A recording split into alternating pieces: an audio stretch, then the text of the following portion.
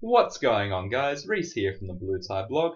Now, before I get started today, I'd like to apologize for if I sound a bit nasally in this video. Again, my apologies for that. I've just decided to catch a cold. Hopefully it'll be better in a week, so next episode you won't have to put up with me sounding like this. But back to the topic on hand. We're talking about a small village in the Congo that has recently managed to get clean water supplied to it. Now, this is a big issue. This is a big issue for Congo because a lot, in fact, 50% of their population does not have safe access to drinking water. And this town, I'm probably going to butcher the pronunciation of this. It's called Binza Metio. But they have signed up with UNICEF's Healthy Villages program to provide clean drinking water and clean and more hygienic water practices to their town. Now, if you don't know who UNICEF is, they are a worldwide organization that does great things and great services. If you want to check them out, the link in my blog provided will take you to their website and also the article I'm talking about. Now, in this article, it talks about a process called manual drilling, where all that's needed is a few people on a drill, and they just burrow down into the ground to get their water. It's really that simple. There's no machinery involved, really, except for a generator. That's pretty portable anyway.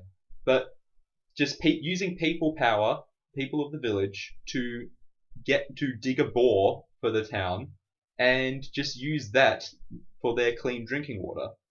Now, it brings up the point that not all technology and engineering needs to be sophisticated, and not all things that are done need to be done to a high level of sophistication. All you need is to do the job to a satisfactory level where you'll get the required results.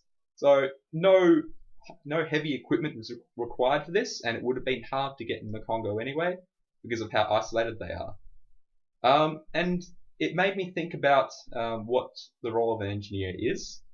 To me, engineers are problem solvers. And if you don't know my background, I grew up on a vineyard in the Swan Valley, and I think that my dad and farmers in general are probably some of the greatest problem solvers there are around. Because when you're on a farm, you have to come up with solutions very quickly to just common problems that might arise if you don't have the tools.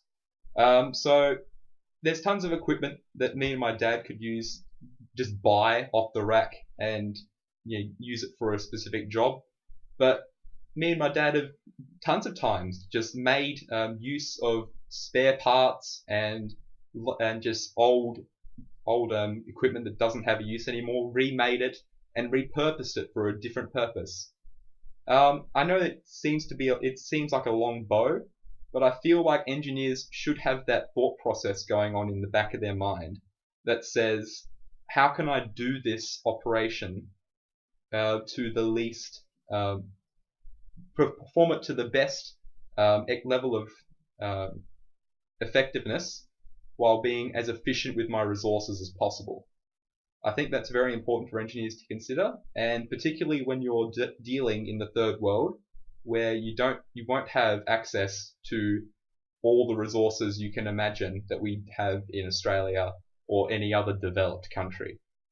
So that's my blog and my vlog for this week. If you liked it, leave a comment, and I'll see you next week. Thanks for watching, guys.